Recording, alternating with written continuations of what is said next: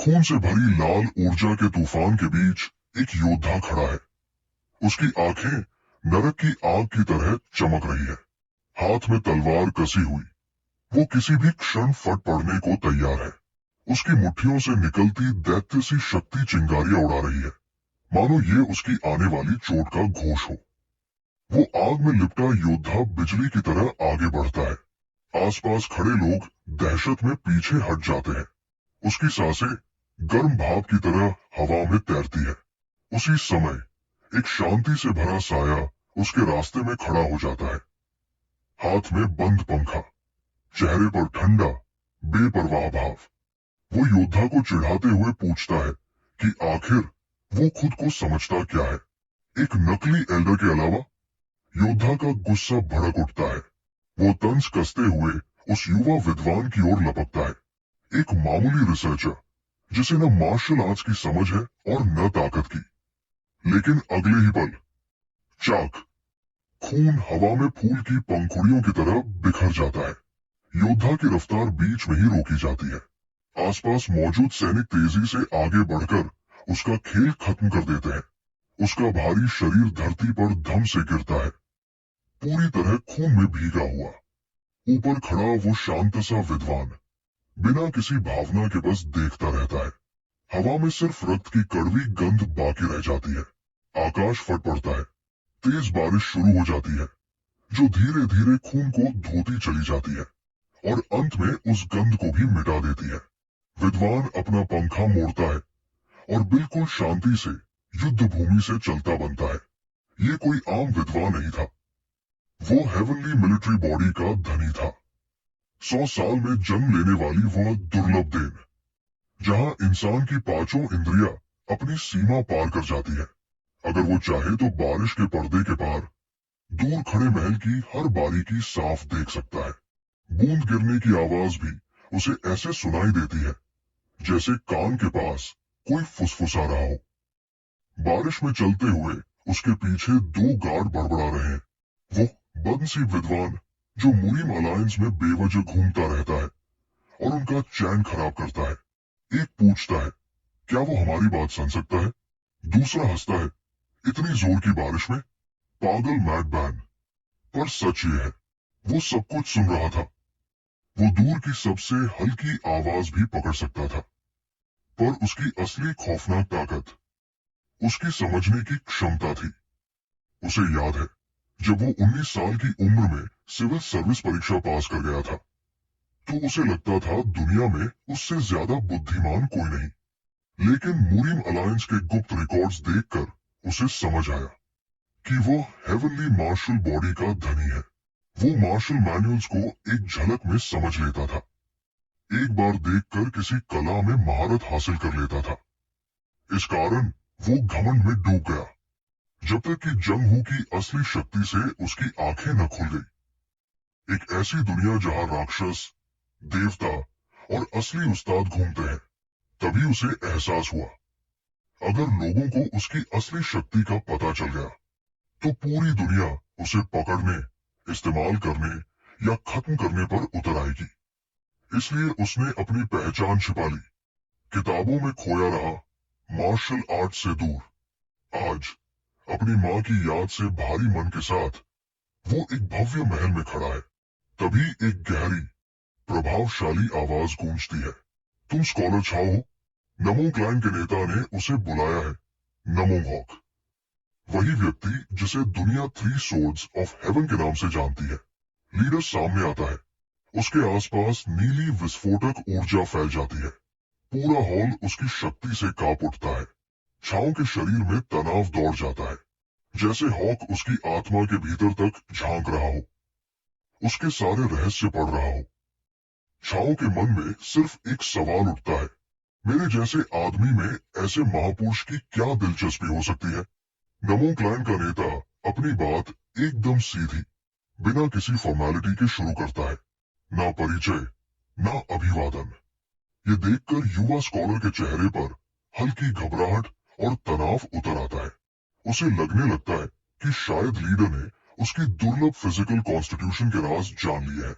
लेकिन अगले ही पल लीडर बात अचानक मोड़ देता है और एक अजीब लगभग विनती जैसी रिक्वेस्ट रखता है, मेरे छोटे बेटे को इंसान बना दो। उसके लहजे में साफ झूठलाहट थी। स्पष्ट था कि वो अपने बेटे की बदतमीजी और बिगड़े व्यवहार का जिक्र कर रहा है। चायो कुछ क्षण के लिए हैरान रह जाता है। वो बताने की कोशिश करता है कि वो इस मामले की प्रिलिमिनरी इन्वेस्टिगेशन पहले ही कर चुका है, पर लीडर बीच में ही उसे रोक देता है। वो कामली बताता है कि इंस्पेक्शन कमांडर से उसने चायो की इंसाइट और ज्ञान के बारे में सुना है, और कैसे चायो ने अलायंस के एक बदनाम ट्रबल मेकर को भी सुधार दिया था। चायो समझाना चाहता है कि यंग मास्टर पिंग का मामला बस एक गलत फहमी था, लेकिन लीडर उसकी बात को पूरी तरह नजरअंदाज कर देता है और सीधे उसके सबसे कमजोर बिंदु पर वार करता है। तुमने अपनी माँ के इलाज के लिए इंपीरियल पैलेस का रास्ता छोड़ दिया था, है ना? ये सुनते ही चायो का चेहरा कठोर पड़ जाता है। लीडर फिर एक ऐसा प्रस्ताव देता है जो किसी भी हालत में ठुकराना मुश्किल था। मेरे साथ चलो, मैं तुम्हारी माँ का इलाज करवाऊंगा। माँ का नाम सुनते ही चायो की आंखें कांप उठती है। उनमें दर्द भी था और उम्मीद भी। लीडर आगे कहता है कि वो डिवाइन फिजिशियन को बुलाएगा। ये नाम सुनते ही चायो अंदर तक हिल जाता है। एक ऐसा डॉक्टर जो आम लोगों की पहुंच से बहुत बहुत दूर था। लीडर अपनी शर्त साफ करता है, मेरे बेटे को इंसान बनाओ। बदले में मिशन के बाद मैं तुम्हें जहां चाहो भेज दूंगा, हनीम एकेडमी हो या इंपीरियल पैलेस। अब चायो के दिमाग में बिजली की रफ्तार से कैलकुलेशंस दौड़ने लगती है। एक चमकदार भविष्य, माँ का इलाज और दुनिया का सबसे दिग्गज चिकित्सक। कुछ सेकंड बाद उसकी आंखों में एक कठोर दृढ़ निश्चय चमक उठता है। चायो धीरे से सिर झुकाता है। मैं स्वीकार करता हूं, चाहे लड़का कितना भी बिगड़ा हो, मैं यूज इंसान बनाकर हाय रहूंगा। Scene shift. एक युवा घमंडी लड़का कमरे में मेड पर चिल्ला रहा है। उसने वेट टॉवल मांगा था, पर मेड बॉल में पानी ले आई थी। बिना वजह वो उस पर पानी फेंक देता है। लड़का गुस्से में हाथ उठाता है, इस कबाड़ की वजह से मेरा ड्यूल का फोकस टूट गया। तभी दरवाजा हल्के से खुलता है। चायो शांत मुस्कान के साथ अंदर प्रवेश करता है। लड़का उपहास भरी नजर से देखता है। नया राइटिंग टीचर है क्या? चायो बिना किसी प्रतिक्रिया के जी, बोर हो चुके अंदाज में लड़का कहता है कि उसके पिता पता नहीं क्यों हर बार ऐसे निकम्मे स्कॉलर्स भेजते हैं। वो चायो को कुछ वल्गर और ट्रिवियल कहकर इंसल्ट भी करता है। चायो हल्की चुभन भरी मुस्कान के साथ कहता है, पेट्रियार्क का कहना था आप में नॉलेज की कमी है और फ्लॉस काफी ज्यादा है। ये सुनते ही लड़का टेबल को क्रोध में चूर कर देता है और चायो के बिल्कुल करीब आकर दहाड़ता है। चायो इस पूरे रिएक्शन को शांत नजरों से ऑब्जर्व करता है। वो तुरंत नोट करता है कि लड़का अपनी भावनाएं छुपाता नहीं और बहुत आसानी से भड़क जाता है। फिर वो बेहद ठंडे स्वर में कहता है, अच्छा है, लगता है अब मैंने आपका ध्यान खींच लिया है। मेड पीछे से कांप रही होती है। लड़का धीरे धीरे शांत होता है और पहली बार चायो की हिम्मत से थोड़ा प्रभावित होता है। वो करीब आकर कहता है, नमो मॉक से आज तक किसी ने इस तरह बात करने की हिम्मत नहीं की। फिर वो एक चुनौती रखता है, अगर तुम पूरे दिन यहाँ से भागे बिना टिक गए तो मैं तुम्हें अपना मास्टर मान लूंगा। चायो बिना एक पल गवाए चैलेंज स्वीकार कर लेता है, लेकिन वो सिर्फ शब्दों पर भरोसा नहीं करता। वो कामली जोड़ता है, लेकिन लफ्ज आसानी से भूल जाते हैं। तो एक ठोस सबूत छोड़ दीजिए। यंग मास्टर मोबेक उसे गुस्से और हैरानी के मिले जुले भाव से देखता है। वो तिरस्कार भरी आवाज में कहता है, इतनी सी बात पर कॉन्ट्रैक्ट? तू कितना जरूरत से ज्यादा गंभीर और पागलपंती वाला स्कॉलर है। लेकिन आखिर में मजाक उड़ाते हुए वो मान भी जाता है। हंसकर कहता है, चल, अगर तू चाहे तो ऐसे 10 कॉन्ट्रैक्ट भी लिख दूं। उसे जरा भी अंदाजा नहीं होता कि वो कितनी बड़ी गलती करने जा रहा है। उसके लिए तो ये बस एक तमाशा था। चायो हल्की सी चतुर मुस्कान के साथ तय करता है कि थोड़ा सा उकसाना चाहिए ताकि इस बच्चे का असली रंग सामने आए। वो सुझाव देता है कि कॉन्ट्रैक्ट में थोड़ी सी बाजी भी जोड़ दे, थोड़ा रोमांच आ जाएगा। मोबेक तुरंत उत्साहित हो जाता है, उसे भी मुकाबले का मजा पसंद है। फिर अचानक वो एक निर्मम सी शर्त रखता है, आंखों में पागलपन की हल्की चमक के साथ। पैसा नहीं चाहिए, अगर मैं जीत गया तो पूरे 1 साल तक तू मेरा गुलाम रहेगा। चायों को ये शर्त बहुत बचकानी लगती है, लेकिन मनोरंजन की चाह में वो मान जाता है। वो कॉन्ट्रैक्ट सौंप देता है। मोबेक उसकी लिखावट की ठंडी प्रशंसा करता हुआ कहता है, चल मेरे साथ, खुद तुझे सबक सिखाता हूं। वो पागल सी हंसी के साथ कमरे से निकल पड़ता है, पूरी आत्मविश्वास में कि वो इस स्कॉलर को हकीकत चखाएगा। चायो उसे शांत नजरों से देखता है। वो तुरंत मोबेक की फितरत समझ लेता है। ये लड़का बहुत जल्दी गुस्सा होता है, हर बात दिल से लेता है और बच्चों की तरह खुला सीधा साधा व्यवहार करता है। शहर के भीड़ भाड़ वाले बाजार में चलते हुए अचानक मोबेक एक नूडल की दुकान देखकर बच्चे जैसा उत्साहित हो उठता है, अपनी सारी मर्यादा भूलकर। चलते चलते उसकी नजर एक बड़े खतरनाक दिखने वाले योद्धा पर पड़ती है। मोबेक के चेहरे पर एक शैतानी मुस्कान फैल जाती है। ये मौका बिल्कुल सही है। वो पूरे जोर से जाकर उस योद्धा की पीठ पर जोरदार थप्पड़ मार देता है। योद्धा गुस्से से गरज उठता है। कौन था? मोबेक तुरंत मासूमियत ओढ़ लेता है। मैंने क्या किया? फिर चतुराई से अंगूठा चायों की ओर कर देता है। इनसे पूछिए, वजह वही बता देंगे। अंदर ही अंदर वो हंस रहा होता है। अब देखेंगे ये किताबों में सिर गाड़ने वाला स्कॉलर असली डर कैसे झेलता है। योद्धा चायों के सामने आता है, तेज कड़क नजरें जमाए हुए। तू इस यंग मास्टर का आदमी है? बोल, क्या किया है? चायो एक पल में ही पूरी स्थिति का विश्लेषण कर लेता है। वो नोट करता है, योद्धा ने तलवार नहीं निकाली, मतलब वो किसी बुरी टोली का आदमी नहीं, और यहाँ का भी नहीं। तभी तो वो मोबेक से इतनी रूखी तरह बात कर रहा है। बिल्कुल सही लक्ष्य। अचानक चायो एक कदम आगे बढ़ता है और गहरी विनम्रता से झुककर कहता है, क्षमा कीजिए, यंग मास्टर की ओर से मैं क्षमा याचना प्रस्तुत करता हूँ। सभी चौंक जाते हैं। चायों की तेज नजर योद्धा की तलवार के हिल्ट पर बंद है, 3 रंगों के तस्सल पर टिक जाती है।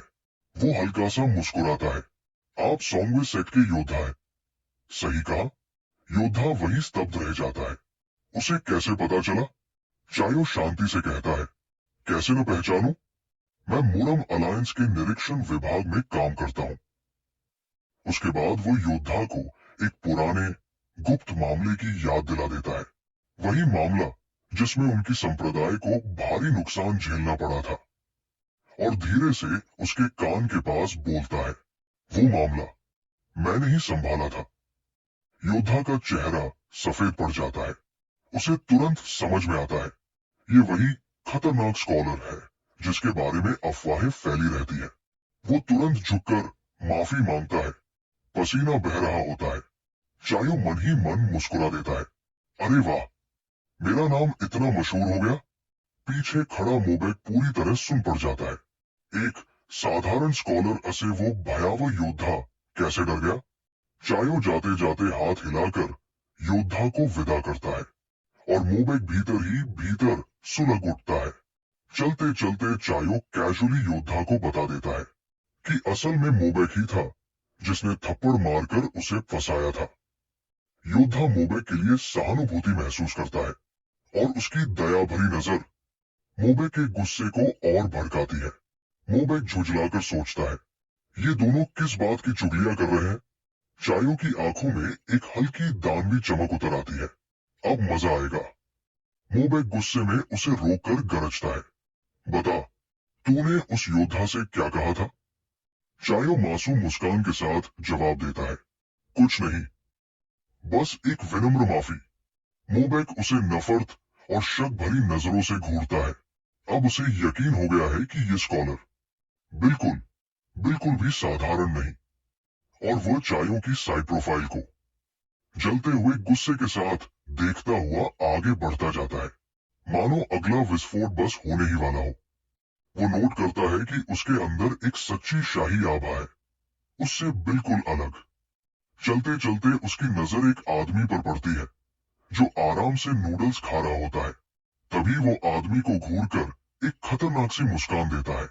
अचानक वो उस आदमी पर चिल्लाता है, रास्ते से हटो।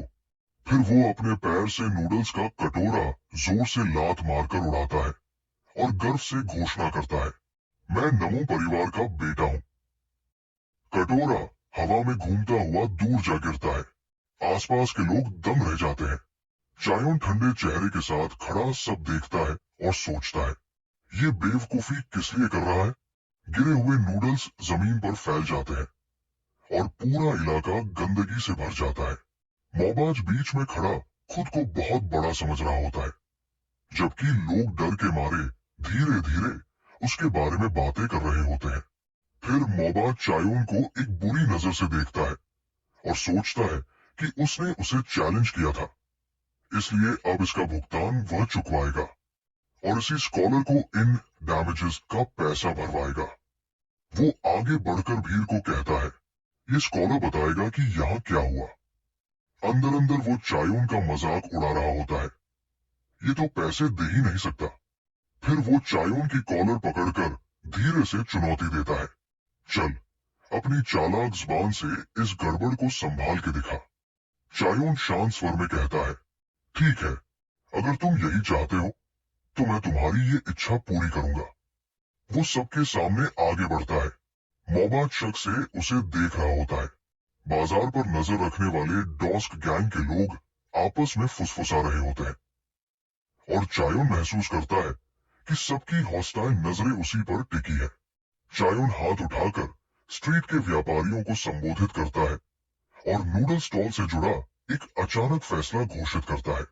वो कहता है कि आज से इस सड़क की सारी प्रोटेक्शन फीस बदल दी जाएंगी और ये फीस अब नमो क्लैन के यंग मास्टर मोबाज की देखरेख में होगी। मोबाज अविश्वास में उसे घूरता रह जाता है। चायोन एक चालाक सी मुस्कान देता है। मोबाज गुस्से से बोलना चाहता है, लेकिन शब्द गले में ही अटक जाते हैं। उसे ये गली और ये गंदगी संभालना बिल्कुल पसंद नहीं। डॉस्क गैंग के लोग चिल्लाते हैं कि प्रोटेक्शन फीस वे कलेक्टेड करते हैं और चायोन को धमकाते हैं।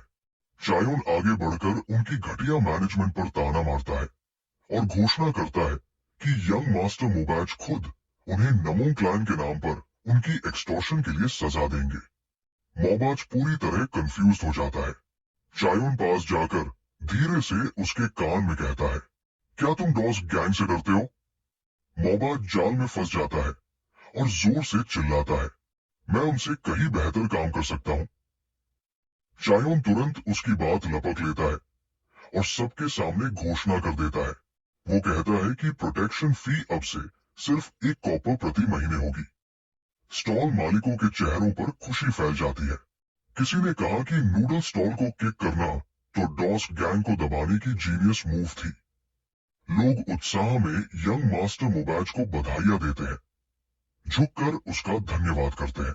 मोबाज पर एक अजीब सी यूफोरिया छा जाती है। वो हैरान रह जाता है कि लोग सच में उसका शुक्रिया कर रहे हैं, उसे हीरो बुला रहे हैं। उसका नाम पूरी गली में गूंज रहा होता है। मोबाज अपना हाथ हवा में उठाता है, भीड़ को शाही अंदाज में ग्रीट करता है।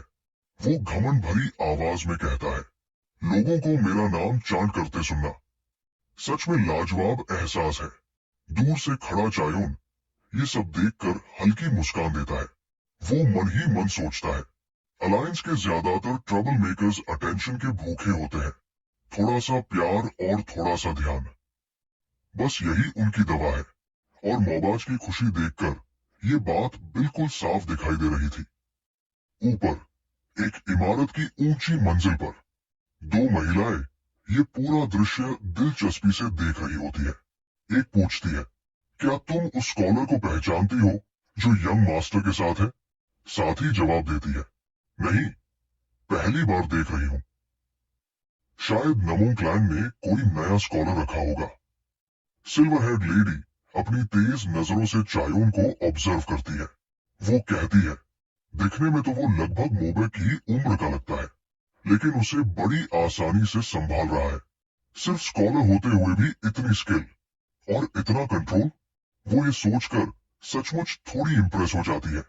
फिर एक कैलकुलेटिंग मुस्कान के साथ निष्कर्ष निकालती है, अगर ये लड़का नमो क्लैन के सबसे बड़े सिरदर्द को भी काबू कर सकता है, तो इसका मतलब है कि इसके पास काफी हाई लेवल मास्टरी है। वो आदेश देती है, इस लड़के की जानकारी निकलवाओ, हो सकता है ये हमारे स्पेशल मिशन में काम आ जाए। फिर अचानक विषय बदलते हुए पूछती है, वैसे वो प्रेशियस चीज कहाँ रखी है? साथ ही जवाब देती है, माउंटेन स्ट्रॉन्ग होल्ड में। इस वक्त दुनिया में उससे ज्यादा सुरक्षित जगह कोई नहीं। क्लैन मुख्यालय में चायोन बिल्कुल शांत भाव से बैठा है। वो सिल्वर कॉइन्स को जाने बूझकर बेहद धीमी गति से गिन रहा है। वही सामने मोबाज उसके मुंह पर चिल्ला रहा है, अब पैसा दे दिया है, मेरी स्लेवरी कॉन्ट्रैक्ट फाड़ दे तुरंत। चायोन उसे पूरी तरह अनदेखा करते हुए लगभग ठंडे तिरस्कार के साथ कॉन्स गिनता रहता है, 1, 2, 3। फिर एक कॉइन को ऐसे पलट पलट कर चेक करता है जैसे कुछ मिसिंग हो। ये देखकर मोबाज पागल सा हो जाता है। उसे लगता है कि चायोन उसे जानबूझकर इंसल्ट कर रहा है। जब चायोन 5 पर पहुंचता है, मोबाज फटने की हद पर पहुंच जाता है। वो दांत पीसते हुए कस्में खाता है, मैं तेरा आखिर कर दूंगा। सम गाली देते हुए चायोन एक कॉइन उठाकर बड़े आराम से कहता है, हूं काफी हैवी है। मोबाज का दिमाग और खराब हो जाता है। तभी एक यंग मेड चाय लेकर आती है। वो चायोन को देखकर हौले से मुस्कुराती है। वो कहती है, आप तो सच में कमाल है, पहली बार यंग मास्टर ने इतनी तमीज से किसी को पैसा दिया है। फिर वो खुद से धीरे से मटर करती है, वैसे यंग मास्टर तो पूरा का पूरा कचरा है, लेकिन चायोन अपनी तेज सेंसेस की वजह से सब सुन लेता है। मैं डरकर तुरंत झुक जाती है, माफ कीजिए, बुखार के कारण मुंह से उल्टा सीधा निकल गया। सिचुएशन को संभालने के लिए चायोन नरमी से कहता है, मैं थोड़ी बहुत दवाइयां जानता हूं, अगर चाहो तो मैं तुम्हारी एक्यूपंक्चर कर दूं। ये सुनकर मेड हैरान रह जाती है। उसे अपनी बीमार माँ याद आ जाती है, जो लंबे समय से बिस्तर पर पड़ी है। चायोन कोमल आवाज में कहता है, मैं तुम्हारी माँ का भी इलाज कर दूंगा, और अगर क्लैन में और कोई बीमार है तो वे भी आ जाए। लड़की कृतज्ञता से झुक जाती है, थैंक यू सर, सच में धन्यवाद। चायोन की आंखों में एक तेज निर्णय भरी चमक उभरती है। वो तय कर लेता है, मोबाज के असली रिहैबिलिटेशन का काम अब शुरू होगा, और पहला कदम है उसके आसपास का माहौल ठीक करना। फ्लैशबैक, चायोन के दिमाग में यादें दौड़ जाती है, जब वो लाइब्रेरी आर्काइव्स में बैठकर अपनी माँ की बीमारी का इलाज ढूंढ रहा था। वहां उसे दो चौंकाने वाली बातें पता चली। पहली बात, उसकी माँ के पास सुप्रीम पर्पल स्टार बॉडी है, एक हेवनली ब्लेस्ड एब्सोल्यूट कॉन्स्टिट्यूशन। उसकी बीमारी असल में उसकी अत्यधिक शक्तिशाली बॉडी की वजह से थी। उसकी ऊर्जा इतनी स्ट्रॉन्ग थी कि सामान्य इंसानी शरीर उसे संभाल ही नहीं सकता था। इसी कारण कोई भी मेडिसिन या एक्यूपंक्चर उस पर असर नहीं कर रहा था। उसे एक हर्ब का जिक्र मिला, डॉन स्पिरिट फ्लावर, जो पर्पल स्टार बॉडी के साथ रिएक्ट कर सकती थी। उसे ये नहीं पता था कि वो कहाँ मिलती है, लेकिन उसका अस्तित्व जानकर ही चायोन को उम्मीद मिल गई थी। दूसरी बात, उसके अपने शरीर के बारे में। माँ की पर्पल स्टार बॉडी की वजह से चायोन ने इनहेरिट किया हेवनली मार्शल बॉडी। 20 साल की उम्र पार करने के बाद उसके सेंसेस तेजी से विकसित होने लगे, एक डरावने स्तर तक। उसका शरीर एक गहरी ट्रांसफॉर्मेशन स्टेट में चला गया था। वो अब मार्शल आर्ट्स के लिए एक परफेक्ट वेसल बन चुका था। ऐसा शरीर जो किसी भी तरह का ज्ञान, चाहे एस्ट्रोनॉमी हो, मेडिसिन हो या म्यूजिक, अद्भुत आसानी से एब्जॉर्ब कर ले। लेकिन हर डिवाइन संरचना के साथ एक घातक कमी भी होती है, और हेवनली मार्शल बॉडी के साथ आती है शैटर्ड आर्मी स्टार का अभिशाप। अगर उसने बिग डिपर के बाकी 6 सितारों की ऊर्जा एब्जॉर्ब करके अपने शरीर को स्टेबलाइज नहीं किया, तो 20 साल की उम्र पार करते ही उसके भीतर दबा हुआ स्टार ऑफ मैडनेस फट पड़ेगा। वो एक ऐसे पागल राक्षस में बदल जाएगा जो सिर्फ अपनी शारीरिक इच्छाओं के नियंत्रण में होगा, और उसकी मौत भी उतनी ही भयावह और तेज होगी। इस काले भाग्य से बचने का एक ही रास्ता था। उसे 6 ऐसे लोग तलाशने होंगे जिनके पास बिग डिपर के सितारों की ऊर्जा मौजूद हो। उनकी ऊर्जा एब्जॉर्ब करके ही वो एक लस्ट ड्रिवन दैत्य बनने से खुद को रोक सकता है। तभी वो जिंदा रह पाएगा और तभी वो अपनी मां को बचा पाएगा। यही सच्चाई उसके मन में बार बार गूंजती रहती थी। Scene shift. एक विशाल इमारत के सामने अचानक अंदर से एक आदमी इतनी ताकत से फेंका जाता है कि वुडन डोर्स टूटते हुए वो बाहर गिर जाता है। जमीन पर पड़े हुए वो दर्द में कराहते हुए कहता है, वाह, यहां से भाग जाओ, ये जगह बहुत ज्यादा डेंजरस हो गई है। तभी धीमे स्थिर कदमों की आवाज आती है। घायल आदमी डर के मारे चिल्लाता है, अरे रुको, अंदर मत जाना। लेकिन आने वाला कोई और नहीं, खुद चायोन था। वो तो जानबूझकर सबसे नौजी क्योटिक जगह ढूंढ रहा था। उसके सामने एक बर्बाद कमरा था। फर्नीचर टूटा, दीवारें पिटी हुई और बीच में एक आदमी आराम से बैठा वाइन पी रहा था। चायों नजरें टिकाकर उसे संबोधित करता है। उसके शब्द साफ बताते हैं कि ये आदमी स्टार ऑफ मैडनेस की ऊर्जा से बेहिसाब भरा हुआ है। वाइन पीने वाला आदमी पहले तो शांत रहता है, फिर अचानक गुस्से में अपना ग्लास ही हाथ में कुचल देता है। वो घूर कर पूछता है, कौन है तू जो मुझसे इस लहजे में बात करने की हिम्मत करता है? चायोन तुरंत उसकी पहचान बता देता है, पिंग साउंड, मुरी मलायंस के एक एल्डर का बेटा। फिर वो अपना फोल्डिंग फैन खोलता है, हल्की कॉन्फिडेंट मुस्कान के साथ कहता है, मैं हूं चायो, मुरी मलायंस इंस्पेक्शन ऑफिस से। वापस वर्तमान में ध्यान देती है कि चायोन कुछ देर से चुप और खोया हुआ है। वो झुककर पूछती है, सर, आप ठीक है? चायोन हल्की शांत मुस्कान देता है, बस कुछ पुरानी यादें याद आ गई। Scene shift. चुंगिम टी हाउस, अब एक टेम्पररी क्लिनिक। टी हाउस अब पूरी तरह रोगियों से भरा है।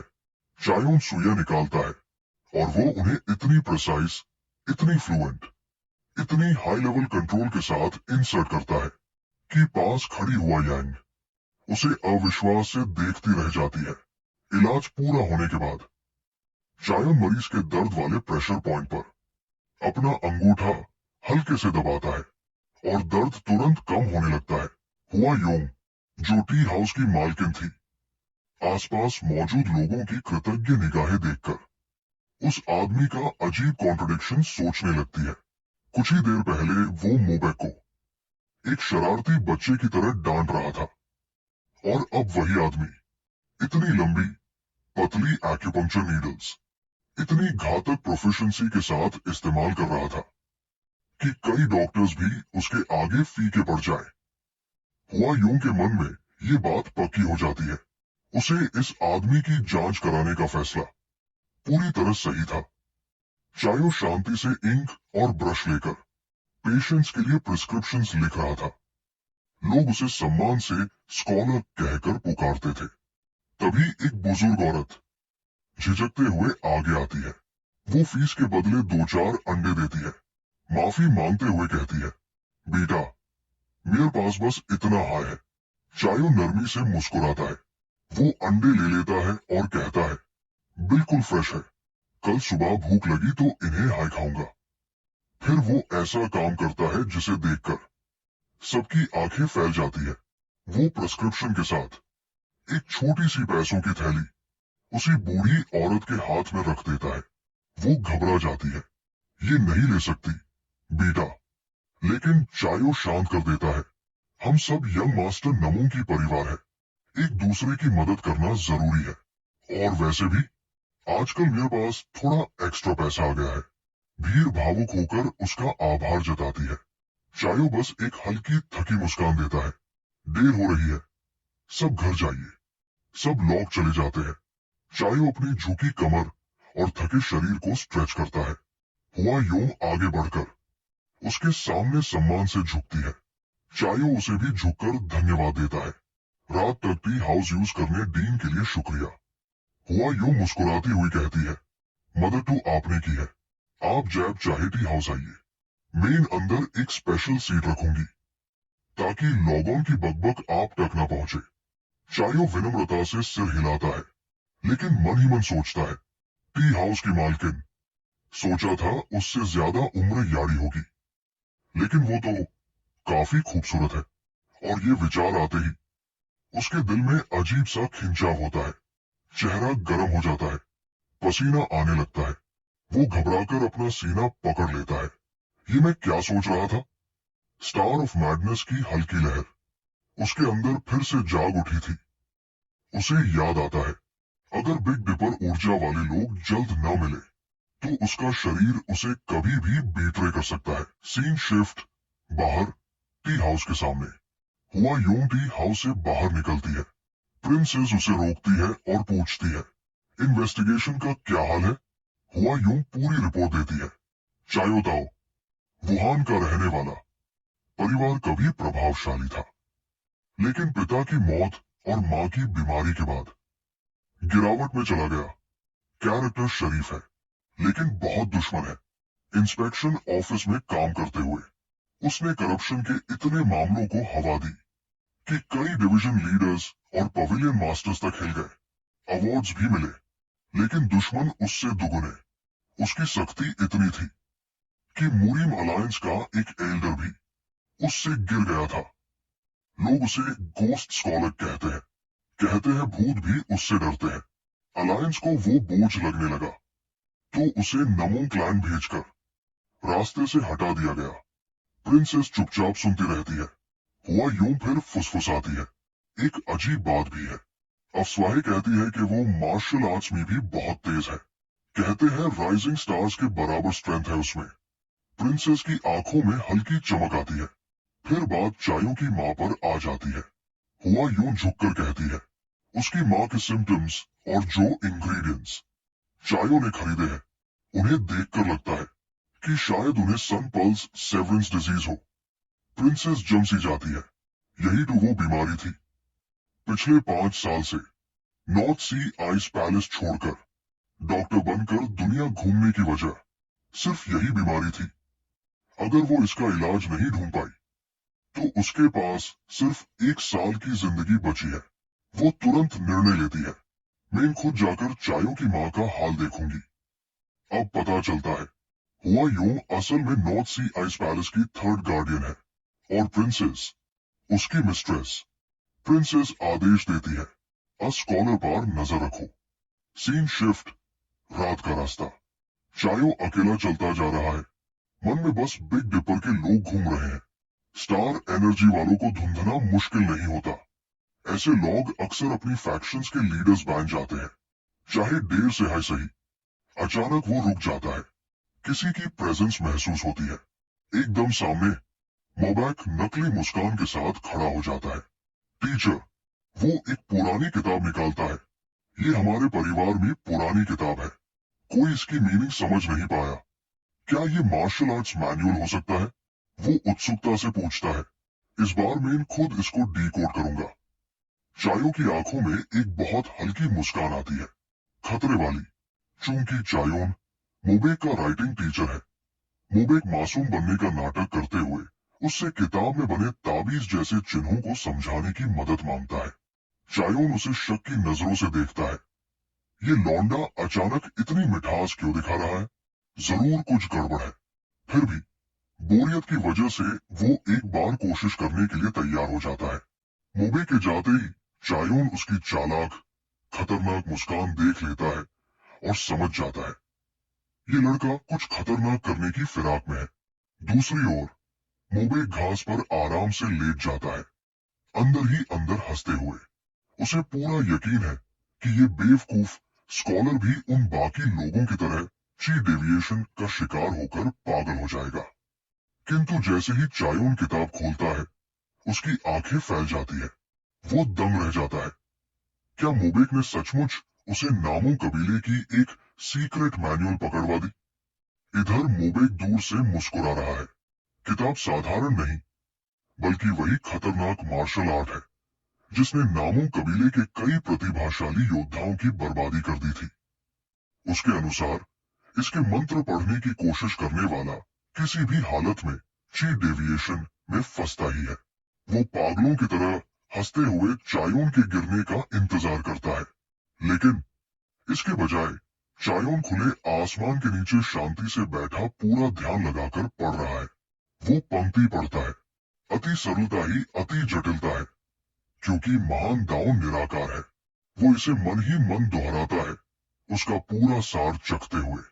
घबराने के बजाय वो उत्साहित हो जाता है। ये तो किसी उच्च स्तरीय मार्शल आर्ट की मूल दार्शनिक जड़ है। वो तुरंत समझ जाता है कि अगर इसे सामान्य तरीके से पढ़ा तो ची डेविएशन निश्चित है, इसलिए वो एक अलग ही तरीका अपनाता है।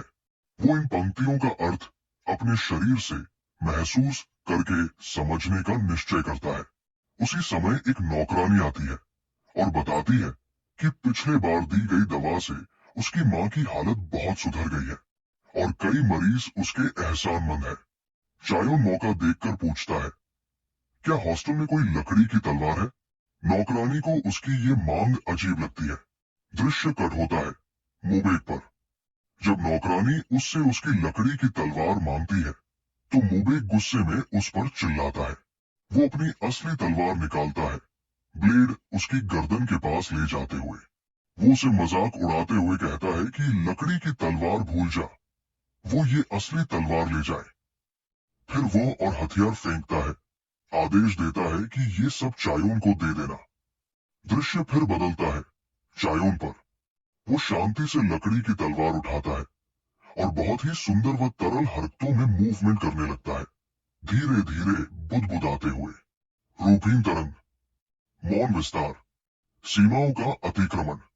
उसे पता चलता है कि ये कला ताओवादी नहीं, बल्कि गूढ़ बौद्ध सिद्धांतों से मिली जुली है और इसे सीखने के लिए उसे 7 आध्यात्मिक मेरिडियंस को समझना होगा, जो सामान्य आंतरिक ऊर्जा मार्गों से बिल्कुल अलग है। मोबेक दूर से छिपकर हंस रहा है।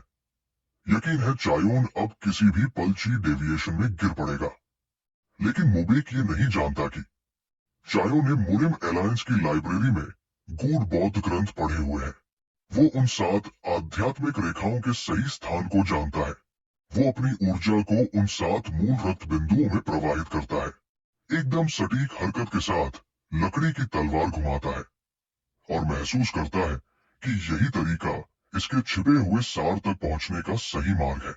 वह मन में सोचता है, पूरे मुरिम में ये तरीका कोई नहीं समझ सकता, क्योंकि केवल मैं ही संस्कृत जानता हूं। वो आगे अभ्यास जारी रखता है, ये समझते हुए कि इस मार्शल आर्ट का सर्जक इन 7 आध्यात्मिक रेखाओं की ऊर्जा को जागृत कराना चाहता था। पर वो ये भी जानता है कि अगर इसे साधारण आंतरिक शक्ति से चलाया गया तो ये पूरी कला अपनी असली शक्ति खो देगी। चायोन की आंखें गहरी समझ से चमक रही थी और वो पहले से कहीं ज्यादा लगन के साथ अभ्यास करता रहा। सूर्यास्त तक उसने अपनी ट्रेनिंग जारी रखी। पसीना उसकी लकड़ी की तलवार से टपक रहा था। उसे एहसास हुआ कि 7 आध्यात्मिक रेखाओं में एक साथ आंतरिक ऊर्जा प्रवाहित करना, भले ही वो उनकी सही जगह जानता हो, फिर भी ची डेविएशन का खतरा पैदा करता है। वो सोचता है कि अगर वो ये बात नमो कबीले को समझाएगा तो वे उसे अपनी गुप्त कला चुराने वाला ही समझेंगे। आखिर एक साधारण सा विद्वान वो राज कैसे समझ सकता है जिसे उनकी पीढ़ियां नहीं सुलझा सकी। ट्रेनिंग के बाद चायोन ने नौकरानी को एक सोने का सिक्का दिया, कहते हुए कि इसे वो उसकी जेब खर्च समझ ले। नौकरानी घबराकर मना करती है, कहती है कि उसकी मदद करना उसका फर्ज है। लेकिन चायोन ने फिर से जोर दिया और मुस्कुराकर उसका धन्यवाद किया। फिर बोला कि वो थोड़ी देर बाहर जा रहा है और अगर कोई पूछे तो बता देना कि वो शाम तक लौट आएगा। जड़ी बूटी की दुकान की खोज। एक दुकान में उसने इस इलाके के सबसे बड़े हर्ब शॉप के बारे में पूछा और लोगों ने उसे रास्ता बता दिया। गलियों से गुजरते हुए वो सोचता रहा कि शायद उसे ऐसी जड़ी बूटियां मिल जाए जो उसकी मां के इलाज में मदद कर सके। तभी अचानक एक गैंग सदस्य उसे देखकर चिल्लाया, मिल गया, यही है वो वांटेड आदमी। गैंग लीडर डोसी गुस्से से भरा सामने आया। वो पूछता है कि क्या चायोन को अंदाजा है कि उसकी वजह से उनका कितना बड़ा नुकसान हुआ है। गैंग के लोग डंडे और हथियार उठाकर उसे घेर लेते हैं। वे चायोन से कहते हैं कि सुना है कि नमूंग कबीला अब उत्तरी सड़क की प्रोटेक्शन फीस वसूल करेगा। डोसी मांग करता है कि चायोन क्लान से कहे कि वो काम उन्हें करने दे। चायोन ठंडी आवाज में पूछता है, किस अधिकार से तुम ये मांग कर रहे हो? फिर वो उन्हें चेतावनी देता है, अगर कोई शिकायत है तो जाकर यंग मास्टर के सामने पेश करो। एक मामूली सी प्रोटेक्शन फीस के लिए अपनी जान जोखिम में डालना बिल्कुल बेवकूफी है। और पूछता है, क्या सच में सोचते हो कि तुम नमो कबीले का सामना कर सकते हो? डोसी हंसकर कहता है कि उन्हें पता है, चायोन के पास असली ताकत नहीं है। किसी ने उन्हें ये बात पहले ही बता दी है। चायोन तुरंत समझ जाता है, किसी ने पैसे देकर इन गुंडों को भेजा है ताकि उसे रास्ते से हटाया जा सके। वो शांत मुस्कान के साथ अपना फैन खोलता है और अंदाजा लगाने लगता है कि इस सब के पीछे कौन हो सकता है। फिर पूछता है, क्या तुम लोगों ने मिर्राम स्कॉलर का नाम सुना है? गैंग सदस्य उसे चारों ओर से घेर लेते हैं। चायोन फिर से पूछता है, कभी किसी स्कॉलर को पंखे से लड़ते देखा है? वे सब हंस पड़ते हैं, मजाक उड़ाते हुए। पंखे से लड़ेंगे? डांस करेगा क्या? डोसी आदेश देता है कि उसे कड़ा सबक सिखाया जाए। वो खुद भी हंसकर कहता है कि उसे एक जेंटल मसाज देकर खत्म कर दो। एक बार और हवा चीर दी। एक आदमी उछलकर ऊंची छलांग लगाते हुए चायोन पर हमला करता है, लेकिन चायोन अपनी जगह से हिलता तक नहीं। वो शांत स्वर में पूछता है, एक साधारण सी बात पता है तुम्हें, जो मुझे किताब पढ़ते हुए समझ आई? चायोन फैन बंद करता है और अगले ही पल उस आदमी का तेज वार आसानी से रोक लेता है। फिर एक तेज सटीक मूवमेंट। फैन की वेव ने हमलावर को पीछे उड़ा दिया। वो जमीन पर गिरकर दर्द से चिल्लाता है। चायोन शांत भाव से समझाता है, आध्यात्मिक मेरिडियंस ऊर्जा की तरंगों जैसे होते हैं। एक बिंदु से बल बढ़ता है और बाहर की ओर फैलता है। डोसी हक्का बक्का रह जाता है। वो हकलाते हुए पूछता है, ये सच में मार्शल आर्ट जानता है? गैंग के लोग डरकर पीछे हट जाते हैं। वे घुटनों पर गिरकर माफी मांगते हैं और कसूर मानते हुए कहते हैं कि उन्होंने विद्वान को पहचानने में गलती कर दी। चायोन चालाक सी मुस्कान देता है और पूछता है कि अचानक ये लोग नाइट जैसा बर्ताव क्यों कर रहे हैं। फिर वो उन्हें टोकता है कि ये ड्रामा बंद करो, उसे अभी कुछ और बातें चेक करनी है। डोसी कांपते हुए कहता है, थोड़ा रुक जाओ सर। कुछ पल बाद चायोन उसका नाम पूछता है। डोसी फूलते गाल और कांपती आवाज के साथ अपना नाम बताता है। चायोन समझ जाता है, हाँ यही है डोसी। फिर वो सबको चेतावनी देता है, जब वे उसके सामने घुटनों पर बैठे होते हैं, अगर मेरे कानों तक जरा सी भी खबर आई कि तुम लोग फिर नॉर्दर्न रोड पर प्रोटेक्शन फी वसूल रहे हो, तो मैं तुम्हारी हर एक हड्डी तोड़ दूंगा, जिंदगी भर जमीन पर रेंगने लायक छोड़ दूंगा। गैंग के लोग डर और राहत के मिले जुले एहसास में उसका धन्यवाद करते हैं कि उसने इस बार उन्हें आसान सजा दी। जैसे ही वे मुड़ते हैं, चायोन अचानक रुक जाता है, जैसे उसे कुछ याद आया हो। डोसी फिर से सख्त तनाव में आ जाता है। सब लोग दोबारा हाथ जोड़कर माफी मांगते हैं, जबकि चायोन ठंडी नजर से अपना फैन खोलता है, सोचता हुआ कि शायद थोड़ी और डिसिप्लिनिंग दी जाए। Hall of 100 herbs. कुछ देर बाद चायोन हॉल ऑफ 100 हर्ब्स पहुंचता है, इस इलाके की सबसे बड़ी हर्ब शॉप। इमारत देखकर वो सोचता है कि ये काफी विशाल है और दिल ही दिल में अफसोस करता है कि काश उसके प्रतिद्वंद्वी थोड़े और मजबूत होते तो वो अपनी नई तकनीक को और गहराई से टेस्ट कर पाता। उसे लगता है मौका बर्बाद हो गया। अंदर जाते ही मोबेक एक परिचित चेहरा देखकर ठिठक जाता है। उसकी नजर एक खूबसूरत सिल्वर हेयर वाली महिला पर पड़ते ही जैसे हवा में रुक जाती है। उसे महसूस होता है, ये मेरी जिंदगी में देखी गई 3 सबसे खूबसूरत औरतों में से एक है। तभी मोबेक उसके सामने उछल कर आता है और अनोखे तरीके से शिष्ट स्वर में अपना परिचय देता है। नमो क्लैन का सदस्य, और उसका नाम पूछता है। प्रिंसेस उसे ठंडी पैनी नजर से देखती है और सोचती है, ये बच्चा यहाँ क्या करने आया है। वो कहती है कि उसके पास बहुत काम है, इसलिए कृपया यहाँ से चले जाए। मोबेक जिद कर लेता है कि नाम जाने बिना नहीं जाएगा। वो बीच में ही कहती है कि वो डॉक्टर है और सिर्फ कुछ हर्ब्स लेने आई है। मोबेक चौंक जाता है। उसे याद आता है कि हाल में एक महिला डॉक्टर के फ्री ट्रीटमेंट देने की चर्चा थी। वो पूछता है, क्या आप लेडी योंगसोन है? वो हल्के से सिर हिलाती है। हाँ। चायोन मन में सोचता है, इतनी खूबसूरत औरत और फ्री ट्रीटमेंट दे रही है, जरूर कोई छुपा हुआ मकसद है।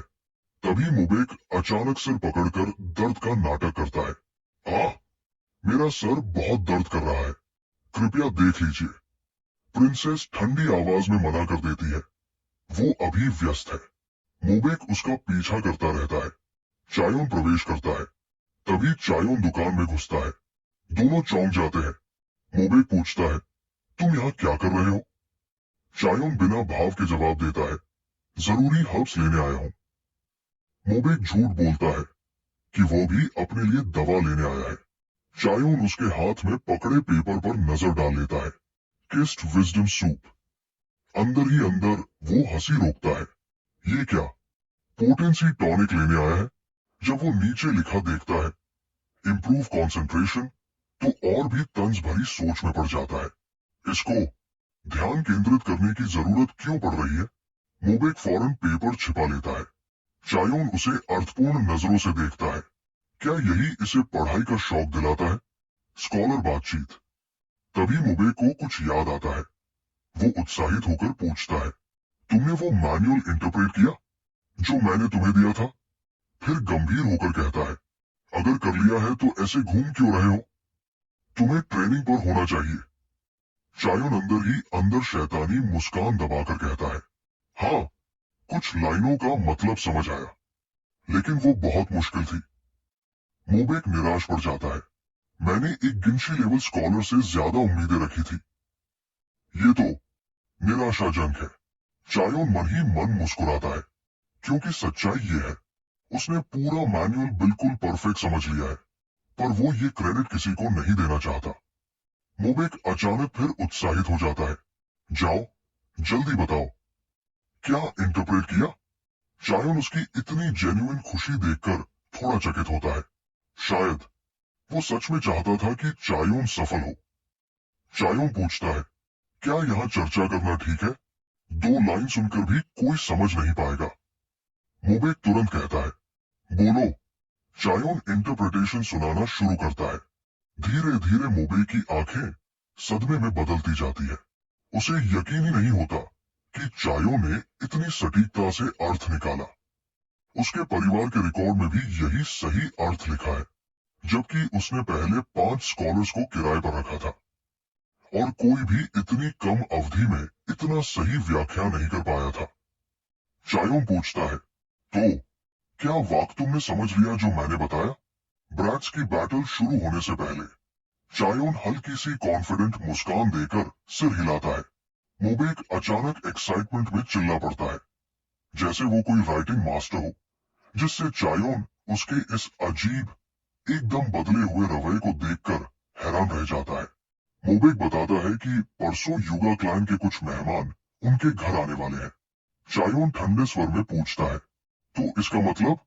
मोबेक जल्दी जल्दी बोलता है कि उनमें से एक उसका हमउम्र दोस्त है, युगाध्वन। चायोन को याद आता है कि उसने अलायंस में कुछ बार उसे देखा था, मगर ध्वन उसे नहीं जानता। मोबेक फिर उसे गैदरिंग में आने का निमंत्रण देता है, अच्छे खाने और बेहतरीन वाइन की लालच के साथ। चायोन तुरंत समझ जाता है, मोबेक इन बच्चों की यूजुअल गर्व वर्सेस ज्ञान वाली लड़ाई में उसे अपनी ढाल की तरह इस्तेमाल करना चाहता है। शायद इसीलिए उसे विजडम सूप चाहिए था। उसे याद आता है, युगा क्लैन ताकत से ज्यादा नॉलेज को महत्व देता है और युगाध्वन अपनी एजुकेशन और चार कलाओं, कविता, संगीत, सुलेख और चित्रकारी में शो ऑफ नेचर के लिए बदनाम है। चायोन के होठों पर एक हल्की सी तंजभरी मुस्कान उभरती है। एक बिगड़े रईस की ईगो वर्सेस दूसरे बिगड़े रईस की ईगो। उसकी आंखों में उत्सुकता चमकती है। ये तो मजेदार तमाशा होगा। मोबेक फिर पूछता है, तो तुम आ रहे हो या नहीं? चायोन तुरंत मान जाता है। ब्रैट्स की बैटल, दिलचस्प, अचानक दर्द और एक अजीब खोज। अचानक चायोन के सीने में तेज टीस उठती है। वो दिल पर हाथ रखता है। उसे लगता है शायद उस खूबसूरत महिला का कोई असर है। उसे जल्दी से 7 स्टार एनर्जी की तलाश करनी होगी, वरना हालात बिगड़ सकते हैं। मोबेक घूरकर पूछता है, क्या देख रहे हो? अगर नहीं आना तो साफ बता दो। चायोन चालाकी से मुस्कुराता है। उसे महसूस होता है कि मोबेक की एनर्जी में कुछ ऐसा है जो पिंगविन की एनर्जी जैसी है। उसे जांच करनी ही होगी। चायोन 2 शर्तों पर गैदरिंग में आने की बात करता है। मोबेक चिढ़कर पूछता है, कौन सी शर्तें? पहली शर्त, पल्स परीक्षा। पहली शर्त, मोबेक की कलाई की नाड़ी जांचना। मोबेक हैरान होकर कारण पूछता है। चायोन समझाता है, विजडम सूप दिमाग को बहुत स्टिम्युलेट करती है। अगर ऊर्जा गलत तरह से अंदर गई तो दिमाग को नुकसान तक हो सकता है। पल्स से पता चलेगा कि एनर्जी सही दिशा में जा रही है या नहीं। मोबेक तंज करता है, इतनी सी सूप के लिए जांचोगे? चायोन शांत लहजे में कहता है, डर नहीं लगता? मार्शल आर्ट्स लेवल क्रैश हो सकता है। मोबेक अनिच्छा से हाथ आगे बढ़ाता है। चायोन उसकी पल्स पकड़कर हल्का सा स्पिरिचुअल एनर्जी इंजेक्ट करता है और तभी उसे एक बहुत फेंट मगर परिचित ऊर्जा महसूस होती है। वो चौंक जाता है। ये क्या ये वुकी स्टार एनर्जी है? मोबेक घबराकर पूछता है, कोई समस्या तो नहीं? चायोन चौड़ी मुस्कान के साथ कहता है, सब ठीक है। तुम्हारी ब्रेन एनर्जी मजबूत है। दवा से कोई नुकसान नहीं होगा। मोबेक को उसकी इस मुस्कान से अजीब सी ठंडक महसूस होती है। उसे लगता है चायोन उसकी बुद्धि से प्रभावित हो गया। दूसरी शर्त, ट्रेनिंग की झलक। आखिरकार मोबेक दूसरी शर्त पूछता है। चायोन स्लाइम मुस्कुराता है, तुम्हारी ट्रेनिंग देखना। मोबेक चौंक जाता है और तुरंत कारण मांगता है। चायोन समझाता है, नमोंग जैसे पुराने क्लैन के अपने अलग सिंबल्स और मार्शल पाथ्स होते हैं। मैनुअल को सही समझने के लिए मुझे तुम्हारी क्लैन स्टाइल मार्शल आर्ट्स को देखना होगा। तुम्हारे मूवमेंट्स मुझे असली अर्थ समझने में मदद देंगे। मोबेक हैरानी से देखता है। सामान्यतः स्कॉलर्स मार्शल आर्ट्स को बारबैरिक मूव्स मानते हैं, लेकिन चायोन सचमुच दिलचस्पी लेता दिख रहा है, इसलिए वो खुशी खुशी मान जाता है। लेकिन अंदर ही अंदर सोचता है, मैं इसे वही मैनुअल इंटरप्रेट करवाऊंगा जो मैं खुद सीख रहा हूं। अगर ये कामयाब हुआ तो अच्छा, और नहीं हुआ तो कोई फर्क नहीं। वो ऊंची आवाज में अग्री करता है, लेकिन अपनी शर्त जोड़ देता है, तुम उस टेक्निक को भी इंटरप्रेट करोगे जो मैं सीख रहा हूं। चायोन मन ही मन मुस्कुराता है। सब उसकी योजना के अनुसार चल रहा है। अगला दिन, सीक्रेट मैनुअल का खुलासा। अगले दिन मोबेक उत्साहित होकर पूछता है, तो तुम इंटरप्रिटेशन दिखाओगे? चायोन ठंडे स्वर में कहता है, भूल जाओ, और एक किताब उसके हाथ में पकड़ा देता है। मोबेक शीर्षक पढ़ता है, limitless azure sky sword arts, और स्तब्ध रह जाता है। चायोन हैरान होता है कि मोबेक उसे इतनी बड़ी सीक्रेट टेक्निक क्यों दिखा रहा है। वो शक से पूछता है, किसी आउटसाइडर को क्लैन की सीक्रेट टेक्निक दिखाना कितना सुरक्षित है? मोबेक बेपरवाही से जवाब देता है, कोई दिक्कत नहीं, मैं बस इसे मास्टर करना चाहता हूं। वो अपनी प्रतिभा की तारीफ करते हुए कहता है कि वो अपने भाइयों से तेज इसे सीख लेगा, और चायोन पर भरोसा करता है क्योंकि वो मुरिम अलायंस के सारे नियम जानता है। फिर वो एक हंसी के साथ कहता है, 30 सिल्वर टेल्स दूंगा, बस इसे इंटरप्रेट कर दो। चायोन बोलता है, इस बार बैंक नोट देना, बड़े बड़े सिक्के मत पटक देना। स्वॉर्ड आर्ट्स का पहला ग्लिम्स। मोबेक अपनी स्वॉर्ड स्किल दिखाना शुरू करता है। एयरबॉर्न जंप्स, तेज घुमाव, शक्तिशाली किक्स और हवा को काटती तलवार। चायोन उसके मूवमेंट्स को गहराई से ऑब्जर्व करता है और धीरे से कहता है, ये तलवार कला जैसे अनंत आकाश की ओर जाती हुई एक सुंदर धुन हो। मोबेक हर वार के साथ जोर जोर से चिल्ला रहा था, जिससे चायो झुंझला गया। उसका ध्यान टूटने लगा। वो अपने कान दबाकर गुस्से से भर उठा। बस, चायो बिल्कुल उसके सामने आकर गरजा, अपना मुंह बंद रखो। इतनी आवाज में मैं पढ़ भी नहीं पा रहा। फिर वो ठंडी मगर अधिकारपूर्ण आवाज में समझाता है, ये तलवार कला एक ही अंतिम वार के लिए सारी आंतरिक ऊर्जा को सुरक्षित रखने पर निर्भर करती है। चिल्लाने से ऊर्जा बिखर जाती है। तुम खुद ही अपनी प्रगति रोक रहे हो। इस बार मोबेक चुपचाप अभ्यास करने लगता है। जैसे ही शोर कम होता है, उसकी हरकतें और भी मुलायम और केंद्रित हो जाती है। उसे महसूस होता है कि उसकी गति और शक्ति दोनों बढ़ रही है। चायो संतुष्ट होकर हल्की सी मुस्कान देता है। अगर तुम ऐसा ही जारी रखोगे, चायो शांत स्वर में कहता है, तो सच में उस ऊर्जा को प्रकट कर पाओगे। समय आने पर मैं उसे स्वीकार भी करूंगा। मोबेक हवा में उछलता है और एक शक्तिशाली लैंडिंग करता है। पेड़ों के पत्ते उसके चारों ओर घूमते हुए नीचे गिरते हैं। अचानक वो तलवार जमीन पर गिरा देता है, पूरी तरह स्तब्ध। मैं पहली बार पहली फॉर्म पूरी कर पाया। वो हाफते हुए बोलता है, पहले तो सांस पर नियंत्रण न होने से असफल हो जाता था, लेकिन आज वो चायो की ओर हैरानी से देखता है। तुम्हें कैसे पता था? चायो मन ही मन सोचता है, बस इसलिए क्योंकि ये हद से ज्यादा शोर कर रहा था। पर ऊपर से बिल्कुल शांत रहता है। किताब खोल कर दिखाता है। किताब में साफ लिखा है, सांस बचाओ। और सामान्य समझ ये कहती है कि जितनी उच्च स्तरीय कला हो, सांस उतनी ही नियंत्रित होती है। मोबेक का मुंह खुला रह जाता है। दर्जनों बार पढ़ा, पर कभी ध्यान नहीं दिया। चायो एक मोमबत्ती उठाता है और कविता की एक पंक्ति उद्धृत करता है, जिसमें लौ की स्थिरता का उल्लेख है। समझे? मोमबत्ती की लौ का उदाहरण क्यों दिया गया है? अचानक मोबेक को समझ आ जाता है। उत्साहित होकर कहता है, मतलब शरीर स्थिर रखना मुख्य बात नहीं। सांस इतनी नियंत्रित हो कि एक भी सांस लौ को हिला न सके। वो अपना सिर पकड़ लेता है, अविश्वास में। कबीले के आधिकारिक विवरणों में भी इतनी गहरी व्याख्या नहीं। तुम करते कैसे हो? वो पछतावे से कहता है, मैं चाले तो नकल कर लेता हूँ, पर मंत्रों का असली अर्थ समझकर व्यक्त नहीं कर पाता। चायो हल्की निराशा से पूछता है, सच में नहीं जानते? अगर तुम्हारी समझ अधूरी है, तो अपनी चालें दिखाकर साबित करो। मोबेक और उलझ जाता है। ये क्या? चायो तुरंत स्थिति पर नियंत्रण कर लेता है। गंभीर स्वर में कहता है, ये तय करो, शिक्षक कौन है और विद्यार्थी कौन? अगर शिक्षक ही विद्यार्थी के आगे झुकने लगे, तो सीखोगे क्या? यदि सीखना नहीं है, तो छोड़ दो। वो मुड़ने का नाटक करता है।